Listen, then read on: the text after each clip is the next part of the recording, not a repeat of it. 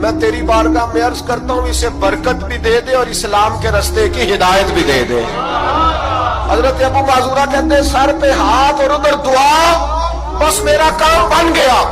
فرماتے 15 سال کی عمر میں نے کسی سے مشورہ بھی نہیں کیا، میں نے کہا اشہد ان لا الہ الا اللہ واشہد ان محمدا عبدہ ورسولہ۔ کہتے ہیں سنو دوستو، کلمہ بھی پڑھ گیا، عشق لگا سی کھیڈا کھیڈ دی نو تے مینوں کھیڈاں بھول دے میں کجل پایا سی یار دے ویکھنے نو، پھر اودی یاد وچ روندیاں ہی ڈول گئیاں۔ حیدر شاہ اس گلی کدے نہ رول دی پر ہن تے رول گئیاں۔ کہتے ہیں میں نے نا فوراً پوچھا عمر کتنی؟ 15 سال۔ فوراً کلمہ حضور میری ڈیوٹی، فرمایا انت مؤذن، انت مؤذن، تو مؤذن ہے۔ حضور کہا؟ فرمایا فی مکہ۔